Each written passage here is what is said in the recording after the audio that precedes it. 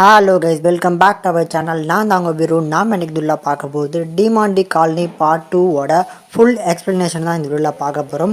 So முழு பட கதை விளக்கத்தை ஒரு 20 நிமிஷத்துக்குள்ளே வந்து பார்த்தீங்கன்னா சொல்லதுக்கு ட்ரை பண்ணுறேன். இப்போ வாங்க டேரெக்டாக கதைக்குள்ளே போயிடலாம். ஸோ படத்தோட ஓப்பனிங்லேயே நம்ம பிரியா பவானி சங்கர் தான் காட்டுறாங்க. ஸோ இவங்க பேர் இந்த படத்தில் டெபி. ஸோ டெபி அவங்களோட ஹஸ்பண்ட் இறந்த ஒரு சோகத்தில் தான் இருக்கிறாங்க. அவங்களோட ஹஸ்பண்டோட இறப்பும் இப்போ வரைக்கும் ஒரு மிஸ்ட்ரியாக தான் இருக்குது. அப்படி என்ன மிஸ்டீரியஸாக நடந்துருச்சு அப்படின்னு பார்க்கும்போது டெபியோட ஹஸ்பண்ட் பேர் தான் நம்ம சாம். ஸோ சாமை பொறுத்தளவுக்கு ஒரு கேன்சர் பேஷண்ட்டாக இருக்காங்க. இவங்க 2 பேருமே நல்லா காதலிச்சு திருமணம் பண்ணிக்கிறாங்க. வீட்டுக்கு அகைன்ஸ்டாக தான் வந்து பார்த்திங்கன்னா நம்ம பிரியா பவானி சங்கரும் இவனை தான் கல்யாணம் பண்ணுவேன் அப்படின்னு சொல்லி கல்யாணம் பண்ணிக்கிறாங்க. பத்தாத குறைக்கு அவருக்கு ஒரு கேன்சர் பேஷண்ட் சீக்கிரமாகவே இறந்துவார் அப்படின்னு தெரிஞ்சுமே நம்ம பிரியா பவானி சங்கர் அவங்கள கல்யாணம் பண்ணிக்கிறாங்க. அந்த கேன்சர்லேருந்துமே மீண்டு கொண்டு வந்துடுறாங்க. ஸோ அப்படி கேன்சர்லேருந்து தப்பிச்சதுக்கப்புறம் இப்போ தூக்கு போட்டு சாகிறதுக்கான காரணம் என்ன அப்படிங்கிறது தான் இப்போ ஒரு மிஸ்ட்ரியாகவே இருக்குது. இப்படி 6 வருஷம் வந்து பார்த்திங்கன்னா கடந்து போயிடுது. இப்போ 6 வருஷத்துக்கு அப்புறம் இப்போ ஒரு சைனீஸ் ரெஸ்டாரண்ட்டை ஓப்பன் பண்ணுறாங்க, அவரோட ஞாபகமாக இருக்கணும் அப்படின்னு. அந்த ரெஸ்டாரண்ட்டோட கிராண்ட் ஓப்பனிங் இன்றைக்கி தான். ஸோ அன்றைக்கி போகிறாங்க, போய் நல்லா வந்து ஓப்பனிங் பண்ணலான்னு நினைக்கும் போது அங்கே அந்த ட்ரெய்லர் கட்டில் அந்த ஸ்பூன்ஸாக விழும் பார்த்திங்களா, அந்த மாதிரி ஒரு இன்சிடென்ட் நடக்குது. அதெல்லாம் வச்சு பார்க்கும்போது அவரோட ஹஸ்பண்ட் வந்து அவர்கிட்ட பேசணும் அப்படின்னு ஆசைப்படுறாரு போல் அப்படின்னு இவங்க திங்க் பண்ணுறாங்க. ஸோ இதனால் என்னோட ஹஸ்பண்டோட ஸ்பிரிட்டு கிட்டக்க பேசணும் அப்படின்னு சொல்லி அவங்களோட மாமாவை வர்ற நம்ம அருண் பாண்டியன் கிட்டக்க சொல்கிறாங்க. அவங்க இதுக்கப்புறம் இதெல்லாம் பண்ண மாட்டேன்னு சொல்லிட்டு இருந்தேன், இப்போ திருப்பியும் இதே மாதிரி வந்து நிற்கிறேன் அப்படிங்கிற மாதிரி சொல்கிறாங்க. அதாவது இதுக்கு முன்னாலே ஸ்பிரிட்டு கிட்டக்க பேசுகிறேன்னு நிறைய முறை முயற்சி பண்ணியிருக்காங்க போல். ஸோ இருந்தாலும் பரவாயில்ல, இப்போ வந்து முயற்சி பண்ணும் அப்படின்னு சொல்லி இவங்க 2 பேரும் திருப்பி முயற்சி பண்ணுறாங்க. ஸோ இதுக்கு ஒருபடியாக வந்து ஒரு மாங் கோயிலில் வந்து அந்த மாங்கிட்டக்க வந்து பார்த்திங்கன்னா இந்த மாதிரி ஸ்பிரிட்டுக்கிட்ட பேசணும் அப்படிங்கிற மாதிரி சொல்கிறாங்க. இது வரைக்கும் நிறைய டைம் நம்ம முயற்சி பண்ணியிருக்கோம், ஒரு தடவை கூட வந்து உன் ஹஸ்பண்ட் வந்து உங்ககிட்ட வந்து பேச வரல. அப்படி பார்க்கும்போது அவனுக்கு உங்ககிட்ட பேச விருப்பம் இல்லாமல் இருக்கணும். அப்படி இல்லை அப்படின்னா அவன் வேறு ஏதோ ஒரு டைமென்ஷனில் மாட்டிக்கிட்டு இருக்கணும் அப்படிங்கிற மாதிரி சொல்கிறாங்க. ஸோ இதனால் இப்போ அவன் மாட்டிகிட்டு இருக்க ஒரு டைமென்ஷனை கண்டுபிடிச்சி அந்த டைமென்ஷனுக்கே உன்னோட ஆன்மாவை நான் அனுப்பி விட போகிறேன். அங்கே வந்து நீ ரொம்ப ஜாக்கிரதையாக இருந்துக்கணும். ஒருவேளை நான் வந்து அங்கேருந்து வந்துடு அப்படின்னு சொன்னேன் அப்படின்னா எந்த ஒரு இதுவும் கேட்காம உடனே இங்கே வந்துடணும் அப்படின்னு சொல்லி தான் இந்த பூஜைக்கான அரேஞ்ச்மெண்ட்லாம் பண்ணி அவங்கள வந்து பார்த்திங்கன்னா அந்த டைமென்ஷனுக்கு அனுப்பி விட்றாங்க. இப்படி அந்த டைமென்ஷனுக்கு போகிற நம்ம பிரியா பவானி சங்கர் இங்கே உள்ளவங்களுக்கு கம்யூனிகேட் பண்ணணும் அங்கே என்ன நடக்குது அப்படிங்கிறதுக்காக இங்கே ஒரு எழுதுகோலை கையில் கொடுத்துட்றாங்க. ஸோ அந்த டைமென்ஷனில் போன உடனே அங்கே வந்து அலறல் சவுண்டு கேட்குது, ஹெல்ப்புன்னு கேட்குது. ஸோ அதுக்கேற்ற மாதிரியே வந்து பார்த்திங்கன்னா இங்கே ஹெல்ப்புன்னு சொல்லி எழுத ஆரம்பிக்கிறாங்க நம்ம ஹீரோயின். ஸோ இப்படி ஒவ்வொரு கட்டமாக வந்து பார்த்திங்கன்னா அங்கே நடக்கக்கூடிய எல்லா அமானுஷங்களும் பார்த்துட்டு ஒரு கட்டத்தில் அவங்களோட ஹஸ்பண்டையுமே அங்கே பார்த்துடுறாங்க.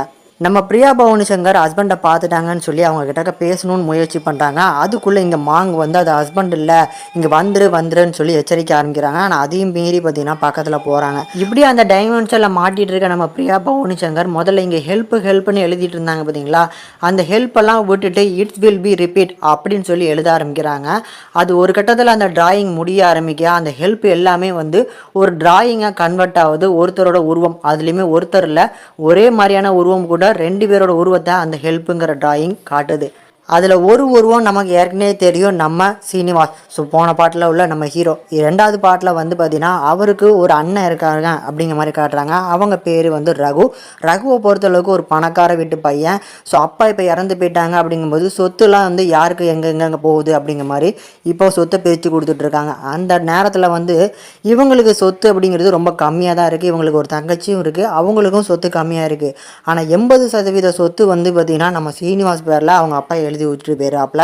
அந்த சொத்துக்காக இப்போ அடிச்சுக்கிட்டுறாங்க எல்லாருமே. பட் இந்த சைடில் நம்ம போன பாட்டிலே தெரியும், நம்ம சீனிவாஸ் வந்து படத்தோட எண்டிங்கில் வந்து அந்த கம்பி குத்தி இறந்த மாதிரி தான் காமிப்பாங்க.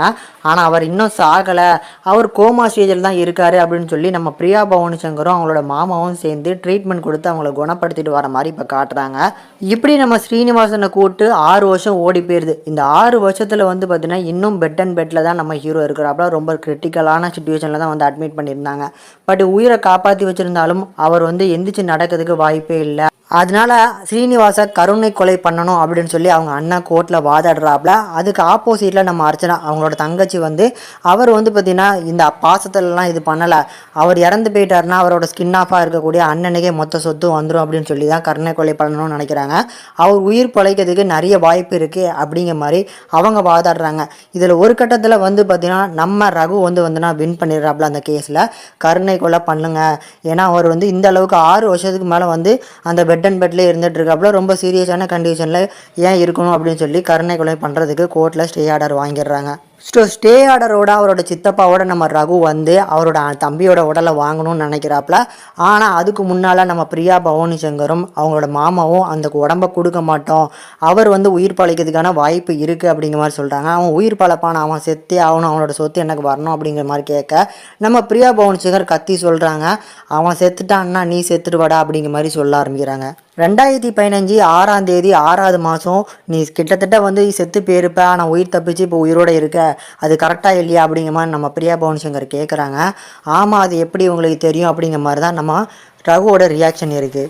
இப்போ அப்படி கட் பண்ணி நம்ம ரகுவும் அவங்களோட சித்தப்பாவும் அந்த மாங் கோயிலில் கூப்பிட்டு வந்து நம்ம பிரியா பவானி சங்கரும் அவங்களோட மாமாவும் வந்து பார்த்திங்கன்னா நிறைய விஷயங்களை எக்ஸ்பிளைன் பண்ணுறாங்க மாங்கை வச்சு. ஸோ மாங்கு சொல்கிறாப்புல, நீங்கள் வந்து 2 பேரும் ஒரே கருவில் உருவான ஒரே சிசு, 2 பேருமே ஒரே அணுக்கள் மாதிரி தான். நீங்கள் 2 பேரில் யாராவது ஒருத்தர் இறந்து போனாலும் 2 பேருமே இறந்து போகிற ஒரு பிறப்பில் தான் நீங்கள் பிறந்திருக்கீங்க அப்படிங்கிற மாதிரி சொல்லி எக்ஸ்பிளைன் பண்ணுறாப்புல. இதெல்லாம் எதை வச்சு சொல்கிறீங்க அப்படின்னு சொல்லி ரகுவோட சித்தப்பா கேட்க நம்ம அருண் பாண்டியன் இருக்கார் பார்த்தீங்களா, சாமோட அப்பா வரார்ல, அவர் இன்னும் டீட்டெயிலாக சொல்ல ஆரம்பிக்கிறாரு. இந்த 6 வருஷத்தில் நாங்கள் நிறைய ரிசர்ச் பண்ணோம். அதில் இவன் எப்படி டிமாண்டி காலனிக்குள்ளே இது பண்ணா, இவன் எப்படி வந்து பார்த்தீங்கன்னா இந்த நிலைமைக்கு தள்ளப்பட்டான் அப்படிங்கிறத ரிசர்ச் பண்ணும்போது தான் நிறைய விஷயங்கள் எங்களுக்கு தெரிய வந்துச்சு. அதில் ஒரு கட்டமாக வந்து ஒவ்வொரு 6 வருஷத்துக்கு ஒருக 6ஆம் தேதி 6வது மாதம் டிமாண்டி காலனிக்கு ஒருத்தவங்க வராங்க, அவங்க மர்மமான முறையில் இறந்து போகிறாங்க அப்படிங்கிறத நாங்கள் கண்டுபிடிச்சிருக்கோம். அது எல்லாமே வந்து லைப்ரரியில் இருக்கக்கூடிய ஒரு பர்டிகுலரான ஒரு புக்கில் தான் வந்து பார்த்திங்கன்னா எடுக்கிறாங்க, அவங்க படிக்கிறாங்க, அதுக்கப்புறம் தான் இதெல்லாம் நடக்குது அப்படிங்கிறத சொல்கிறாங்க. கூடுதலாக அந்த புக்குமே ஒவ்வொரு 6 வருஷத்துக்கு ஒருக்க மட்டும்தான் அந்த லைப்ரரியிலேருந்து வெளியே வருது. அந்த லைப்ரரியிலேருந்து வெளியே வர புக்கு திருப்பி ரிட்டர்ன் ஆகுறதே இல்லை. ஒரு லைப்ரரியன் தான் வந்து பார்த்திங்கன்னா திருப்பி ரிட்டர்ன் வாங்கிட்டு போகிறான் அப்படிங்கிற மாதிரியும் சொல்கிறாங்க. அந்த லைப்ரரியன் யார் அப்படிங்கிறதுமே இங்கே ஒரு மிஸ்ட்ரியாக இருக்குது. இப்படி ஒரு பக்கம் போக இப்போ 6 வருஷம் ஆகி போச்சு. நாளைக்கு 6வது மாதம் 6ஆம் தேதி. அதனால் நாளைக்கு மட்டும் இந்த சைக்கிளை நிப்பாட்டிட்டோம் அப்படின்னா இந்த சைக்கிளை நிப்பாட்டுறதுக்கான ஒரே படி அது மட்டும்தான். நாளைக்கு மட்டும் டிமாண்டி காலனியில் அந்த டிமாண்டி வந்து யாரையுமே கொலை பண்ணாமல் நம்ம தடுத்துட்டோம் அப்படின்னா இந்த சைக்கிளை நிப்பாட்டக்கூடிய ஒரே சொல்யூஷன் அது மட்டும்தான். அதுக்காக தான் நாங்கள் முயற்சி பண்ணிகிட்டு இருக்கோம். அதனால் கூட இருந்து எங்களுக்கு சப்போர்ட் பண்ணுங்க அப்படின்னு சொல்லி அவங்க கிட்ட வந்து பார்த்தீங்கன்னா ஹெல்ப் கேட்குறாங்க. இப்போ கட் பண்ணோம் அப்படின்னா அடுத்த நாள் ஆயிடுது. அடுத்த நாள் நைட்டு எல்லாருமே வந்து பார்த்திங்கன்னா அங்கே போலீஸ் செக்யூரிட்டி வச்சு நல்லா டைட் பண்ணிட்டாங்க. உள்ளுக்குள்ள யாருமே இல்லை சார், காலிலேருந்து நல்லா பாதுகாக்கிறோம் அப்படின்னு சொல்லி அங்கே இருக்கக்கூடிய ஒரு போலீஸ் ஆஃபீஸரும் சொல்கிறாங்க. பட் நடுவில் திடீர்னு வந்து பார்த்திங்கன்னா அங்கே உள்ளுக்குள்ள இருந்து ஏதோ அலறல் சவுண்டு கேட்குது. பெண்கள் வந்து பார்த்திங்கன்னா கத்துற சவுண்டு வந்து நம்ம ரகு ஃபஸ்ட்டு கேட்குறாப்புல. அதை கேட்டுட்டு எல்லாருமே பெண்கள் சவுண்டு கேட்குதுன்னு சொல்லி நிறைய பேர் உள்ளே போகிறாங்க. ஆனால் நம்ம மாங்கும் பிரியா பவானி சங்கரும் உள்ளே போகாதீங்க, இது ஒரு ட்ராப்பாக கூட இருக்கலாம் அப்படின்னு சொல்லி சொல்கிறாங்க. பட் இதெல்லாம் கேட்காம ஏதோ சத்தம் கேட்குதுன்னு சொல்லி நிறைய பேர் உள்ளே போய் செக் பண்ணுறாங்க. இப்படி உள்ளே போய் செக் பண்ணுற நம்ம ரகுக்கும் அவங்களோட சித்தப்பா போலீஸ் ஆஃபீஸருக்கும் அங்கே 4 பெண்கள் வந்து வந்திருக்காங்க அப்படிங்கிறது தெரிய வருது. அதில் 3 பெண்கள் ரொம்ப மயக்கமான நிலையில் சீரியஸான கண்டிஷனில் இருக்காங்கன்னு தெரியுது. அவங்கள ஹாஸ்பிட்டலில் அட்மிட் பண்ணுறதுக்காக அவங்க வந்து பார்த்திங்கன்னா வண்டியில் ஏற்றிட்டு இருக்காங்க. ஒரே ஒரு பொண்ணுக்கு மட்டும் எந்த ஒரு விஷயமும் ஆகலை அப்படின்னாலும் அவளுமே அந்த பதட்டத்துலேருந்து இன்னும் வெளியே வரல. ஸோ கேஷுவலாக அப்படி இருந்தாலுமே அவளும் பார்க்கறதுக்கு இன்னும் பயந்த நிலைமையில தான் இருந்துட்டு இருக்கா. ஸோ இப்படிப்பட்ட சுச்சுவேஷனில் நம்ம பிரியா பவானி சங்கர் அவங்க காரில் ஏற்றும் போது அவங்க கிட்ட செயின் இருக்கா பாருங்க அப்படிங்கிற மாதிரி நம்ம பிரியா பவானி சங்கர் கேட்குறாங்க. ஆனால் யார்கிட்டக்குமே செயின் இருக்கிற மாதிரி தெரில. இப்போ செயினை தேடக்கூடிய சிச்சுவேஷனா அப்படின்னு சொல்லி நம்ம ரகுவும் வந்து பார்த்திங்கன்னா அவங்கள முதல்ல ஹாஸ்பிட்டலில் அட்மிட் பண்ணுவோம், அப்புறம் பார்த்துக்கலாம் அப்படின்னு சொல்லி எல்லாருமே வந்து பார்த்திங்கன்னா வண்டியில் ஏற்றுறாங்க. இவங்க 3 பேரும், அதாவது நம்ம ரகு, மாங்கு அண்ட் பிரியா பவானி சங்கர், இவங்க மட்டும் தனியாக ஒரு காரில் வராங்க. மற்ற எல்லாருமே ஹாஸ்பிட்டல் ரீச் ஆகிட்டாலும் இவங்களோட கார் நடுவில் பிரேக் டவுன் ஆயிடுது. இப்படி வழியில் பிரேக் டவுன் ஆயிடுச்சுன்னு சொல்லி இன்னொரு காரை வர வச்சு அந்த காரில் வந்து பார்த்திங்கன்னா அந்த ஹாஸ்பிட்டல் போயிடலான்னு நினைக்கிறாங்க. ஆனால் ஹாஸ்பிட்டலில் எந்த ஹாஸ்பிட்டலில் அட்மிட் பண்ணியிருக்காங்கன்னு தெரில. ஸோ கால் பண்ணி பார்க்கலான்னு பார்த்தா கால் ரீச் ஆக மாட்டேங்குது. ஸோ பக்கத்தில் இருக்கக்கூடிய ரெஸ்டாரண்ட், அவங்களோட நம்ம பிரியா பவானி சங்கர் ரெஸ்டாரண்ட் இருக்குல்ல, அங்கே இருந்துக்கிட்டு தெரிஞ்சக்கப்புறம் போகலாம் அப்படின்னு சொல்லி அங்கே ட்ராப் ஆகுறாங்க. அந்த சைனீஸ் ரெஸ்டாரண்ட்டில் 3 பேரும் உள்ளே வந்துடுறாங்க. வந்ததுக்கப்புறம் தான் இவங்க இந்த ரெஸ்டாரண்ட்டுக்குள்ளே மாட்டியிருக்காங்க அப்படின்னு சொல்லி சில நேரங்களுக்கு அப்புறம் தான் தெரிய வருது அவங்களுக்கு. அது எப்படி இவங்களுக்கு தெரிய வருது அப்படின்னா, ஒரு கட்டத்தில் வந்து இந்த டெலிவரிக்காக, அதாவது ஃபுட் ஆர்டர் பண்ணியிருப்பாங்க, அதை மட்டும் கொடுத்துருங்கன்னு சொல்லி தான் டிரைவர் போயிருப்பாப்பில். அந்த ஃபுட்டை வாங்க வந்த நபர் வந்து வெளியில் நின்றுட்டு இன்னும் உள்ளே பூட்டி இருக்குது, இருண்டு இருக்குது அப்படின்னு சொல்லி அப்படி கிளம்புறாரு. உள்ளே தான் இருக்கும்னு சொல்லி நம்ம பிரியா பவானி சங்கர் அந்த ஆர்டரை வந்து கொடுக்கறதுக்காக கதவை திறப்பாங்க. கதவு ஒரு எலக்ட்ரிக் ஷாக் அடித்த மாதிரி இவங்களுக்கு ஒரு ஃபீலு. நம்ம டிமாண்டி காலனி 1ல் கூட வந்து பார்த்திங்கன்னா அந்த கதவை திறக்க முடியாது பார்த்தீங்களா, அதே மாதிரி தான் இதை பார்த்துட்டு நம்ம ரகு வந்து பார்த்திங்கன்னா அவங்க ஒருக்க முயற்சி பண்ணலாம் அப்படின்னு சொல்லி கதவை மேலே தொட்டு பார்க்குறாப்புல. அவருக்கு ஒன்றுமே ஷாக் அடிக்க மாதிரி இல்லை. என்ன அப்படி உங்களோட பிரம்ம தான் போலான்னு சொல்லி வேகமாக ஃபோர்ஸ் கொடுத்து அந்த கதவை திறக்க பார்க்குறாப்புல. ஒரு 10லேருந்து 15 அடிக்கு பறந்து போய் ஷாக் அடித்த மாதிரி உழுதாப்புல. இப்படி வெளியில் தப்பிக்க முடியல அப்படின்னு தெரிஞ்சோன்னா நம்ம ரகு வந்து ஃபோன் பேசி பார்க்கலாம், பார்த்தா டவரும் கிடைக்க மாட்டேங்குது. அட்லீஸ்ட் ஒய்ஃபைவாவது கிடைக்குதா அப்படின்னு சொல்லி நம்ம பிரியா பவனி சங்கர் ஒய்ஃபை இருக்கான்னு கேட்குறாங்க. ஒய்ஃபைவும் இங்கே கிடைக்க மாட்டேங்குது அப்படிங்கிற மாதிரி சொல்கிறாங்க. ஸோ வேறு வழியே இல்லையா அப்படின்னு நினச்சிட்டு இருக்கும்போது டக்குன்னு வந்து அங்கே இருக்கக்கூடிய எல்லா டெலிவிஷனும் ஆன் ஆகுது. இதுவும் கிட்டத்தட்ட நம்ம டிமாண்டி காலனி 1ல் அந்த டிவியில் நடக்கும் பார்த்தீங்களா, அடுத்து என்ன நடக்க போகுது, யாரெல்லாம் சாக போகிறாங்க அப்படின்னு சொல்லி அந்த டிவியில் வந்து காட்ட ஆரம்பிக்கும் போது இதுக்கப்புறம் வர சீன் எல்லாமே டிவியில் ஓட்டதாங்க நான் சொல்ல போகிறேன். அந்த டெலிவிஷனில் எடுத்தோன்னே வந்து பார்த்தீங்கன்னா இந்த சைனீஸ் ரெஸ்டாரண்ட்டுக்கு ஒரு பையன் வந்து ஃபுட்டை ஆர்டர் பண்ணியிருக்கான் போல். ஸோ ஃபுட்டை வாங்கிறதுக்காக வரான். ஒரு 7லேருந்து 8ஆம் கிளாஸ் படிக்கக்கூடிய ஒரு பையன் தான். ஸோ அவனை பார்த்துட்டு நம்ம ஹீரோயின் சொல்கிறாங்க, உன்னை எங்கேயோ பார்த்த மாதிரி எனக்கு ஃபீல் ஆகுது அப்படிங்கிற மாதிரி சொல்கிறாங்க. அந்த பையன் உள்ளே வந்தால் கொஞ்சம் நேரத்துலேயே வந்து நம்ம ரகு அமானுஷமாக நடந்துக்க ஆரம்பிக்கிறான். அப்படி அமானுஷமாக நடந்துட்டு இருக்க ரகுக்கிட்டேருந்து தப்பிக்கிறதுக்காக இந்த நபர்கள் எல்லாமே ஒரு கண்ணாடி ரூமுக்குள்ளே மாட்டிக்கிறாங்க. அதாவது அந்த புதுசாக வந்திருக்க அந்த பையன், நம்ம பிரியா பவானி சங்கர், மாங்க. ஸோ இந்த 3 பேருமே ஒரு கண்ணாடி பின்பத்துக்குள்ளே மாட்டிக்கிறாங்க. அந்த கண்ணாடி பின்பத்தை பற்றி நம்ம டீட்டெயிலாக சொல்லணும் அப்படின்னா, லெஃப்ட் சைடில் கடைக்கு புதுசாக வந்திருக்க அந்த சின்ன பையன் வந்து உருவம் தெரியுது. ரைட் சைடில் நம்ம மாங்கோட உருவம் தெரிஞ்சாலும் இவங்க பக்கத்தில் யாருமே இல்லை. கண்ணாடி ரூமுக்குள்ளே ஒரே ரூமுக்குள்ளே மாட்டிகிட்டு இருந்தாலும் அந்த லெஃப்ட் சைடில் ரைட் சைடில் இவங்களோட உருவம் தெரிஞ்சாலும் பக்கத்தில் யாருமே இல்லை அப்படின்னு சொல்லி குழம்பி பயந்துக்கிட்டு இருக்கிறாங்க. அதே நேரத்தில் அந்த கண்ணாடியோட ரிஃப்ளெக்ஷனோட எண்டிங்கில் வந்து கரெக்டாக நம்ம ரகு உள்ளுக்குள்ள வந்து என்ட்ரி கொடுக்குறாப்புல. அதாவது ஒவ்வொரு கண்ணாடி ரிஃப்ளெக்ஷன் மூலமாக உள்ளுக்குள்ள என்ட்ரு ஆகிட்டே வராரு. அதை பார்த்து இன்னமும் பயப்பட ஆரம்பிக்கிறவங்க கட்டமாக அந்த பையனை எதுக்காக கொலை பண்ணாரு அப்படிங்கிறதே தெரில. அப்படி தூக்கி வந்து பார்த்திங்கன்னா மேலே செங்குத்தாக நிப்பாட்டி அவனை அங்கேயே கொல்லுவார். அந்த ரத்தம் சொட்டும். இப்படி மேலே தொங்க விட்டு சாகடிச்சு அந்த பையனோட ரத்தம் கீழே சொட்டுது பார்த்தீங்களா, அந்த ரத்தம் நம்ம பிரியா பவானி சங்கர் மேலேயும் மாங்கு மேலேயும் விழும். இது பார்க்கும்போது இன்னும் கொஞ்சம் பயம் பிடிச்சது. ஏன்னா கண்ணாடி ரிஃப்ளெக்ஷனில் அவன் அங்கே தான் வந்து பார்த்திங்கன்னா இது பண்ணுறான். ஆனால் எப்படி இங்கே ரத்தம் சொட்டுது அப்படிங்கிற ஆச்சரியத்தில் இருப்பாங்க. அப்படி கட் பண்ணி இந்த சைடில் திரும்பி பார்த்தோம் அப்படின்னா நம்ம ரகுவை காணோம். பார்த்தா இந்த சைடில் வந்துருவாப்புல நம்ம மாங்க கிட்டக்க. மாங்க அடுத்தால வந்து பார்த்திங்கன்னா சிங்கில் அடிச்சு இது பண்ணுவாப்புல. சிங்கில் வந்து ஒரு கட்டத்தில் முக்குவாங்க. அப்போ சிங்கில் இங்கேருந்து தண்ணி இங்கேருந்து நம்ம வந்து வெளியேற்றிட்டோம் அப்படின்னா மாங்க காப்பாற்றலாம்னு சொல்லி நம்ம பிரியா பவானி சங்கரும் எவ்வளோ முயற்சி பண்ணுவாங்க. அதில் ஒரு கட்டமாக மாங்கியுமே சிங்கில் அடித்து சாக அடிச்சிருவான் நம்ம ரகு.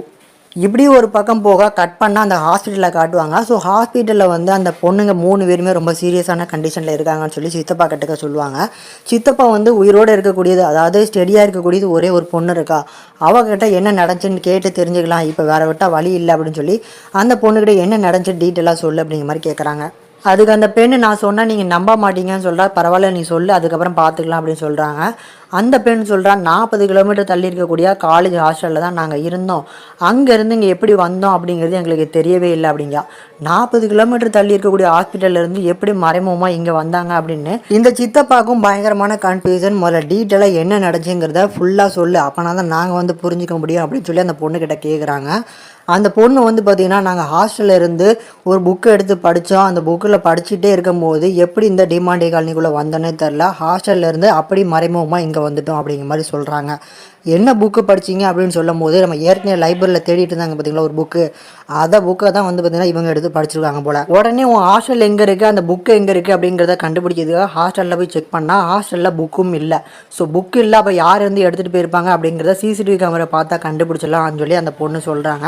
அதுக்காக சிசிடிவி கேமரா செக் பண்ணி பார்க்கும்போது அந்த பொண்ணுங்கள் வந்து பார்த்திங்கன்னா ஒரு 15 நிமிஷத்துக்கு முன்னால், அதாவது அந்த இன்சிடென்ட் அங்கேருந்து அவங்களை கூட்டு வரதுக்கு ஒரு 15 நிமிஷத்துக்கு முன்னால் ஹாஸ்டலில் உள்ளுக்குள்ள இருக்கக்கூடிய ஒரு ஃபுட்டேஜ் இருக்குது. அப்படின்னா எப்படி 15 நிமிஷத்தில் 40 கிலோமீட்டர் தள்ளி இருக்கக்கூடிய அந்த இடத்துக்கு வந்தாங்க அப்படிங்கிறது இவங்களுக்கும் இப்போ சர்ப்ரைசிங்காக இருக்குது. சரி, அடுத்த கட்டமாக அந்த புக்கை யார் தான் அவங்க ரூம்லேருந்து எடுக்க வந்திருக்காங்கன்னு பார்க்கும்போது ஒரு லைப்ரரியன், ஊனமிட்ட ஒரு லைப்ரரியன் வந்து புக்கை வந்து எடுக்க வந்திருக்கான்.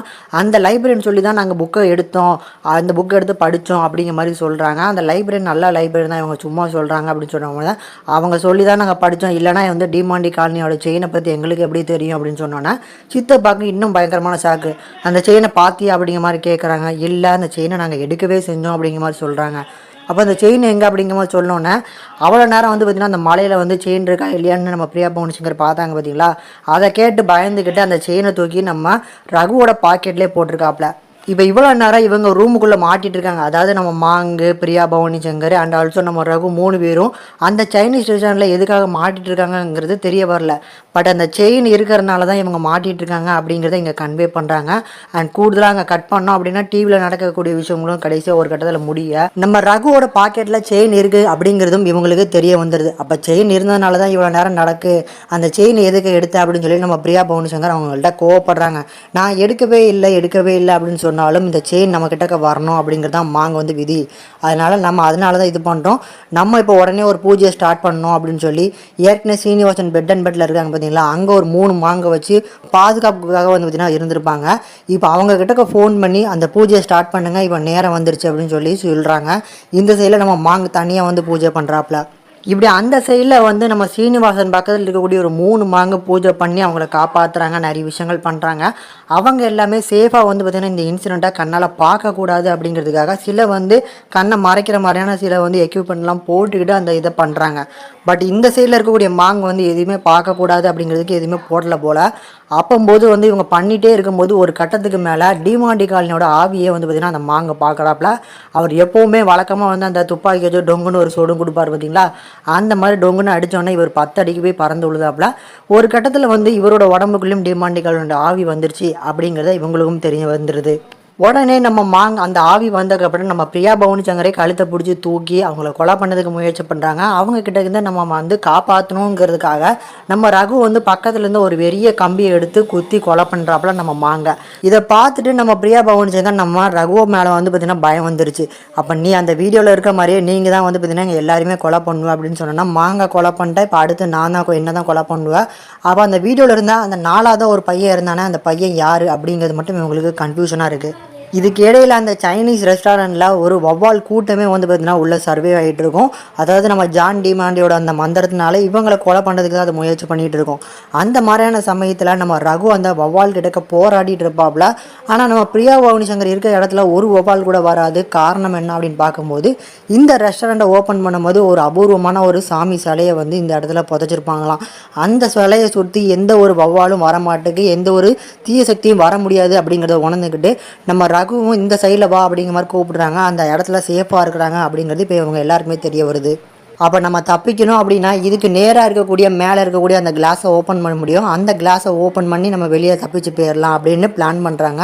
அதுக்கு சில விஷயங்கள் பண்ணிகிட்டு இருக்கும் போதே வந்து நம்ம பிரியா பவானி சங்கரோட ஹஸ்பண்ட் சாம் இருக்கார் பார்த்தீங்களா, அவர் பேசுகிற மாதிரியே வந்து நம்ம பிரியா பவானி சங்கருக்கு தெரிய வருது. அதை பார்த்துக்கிட்டு மயங்கிக்கிட்டு இங்கே வான்னு கூப்பிடுது. உடனே பிரியா பவானி சங்கர் பக்கத்தில் போக பார்க்குறாங்க. அதுக்குள்ளே நம்ம ரகு வந்து இழுத்துட்டு வந்துடுறாப்புல. பட் சாமோட உருவத்தில் இருக்கக்கூடிய அந்த தீய சக்தியுமே வந்து காப்பாற்றுங்கன்னு கேட்க நம்ம பிரியா பவானி சங்கருக்கு ரொம்ப இறக்கம். அவங்களோட ஹஸ்பண்ட் மாதிரியே இருக்குது அப்படிங்கிறதுனால.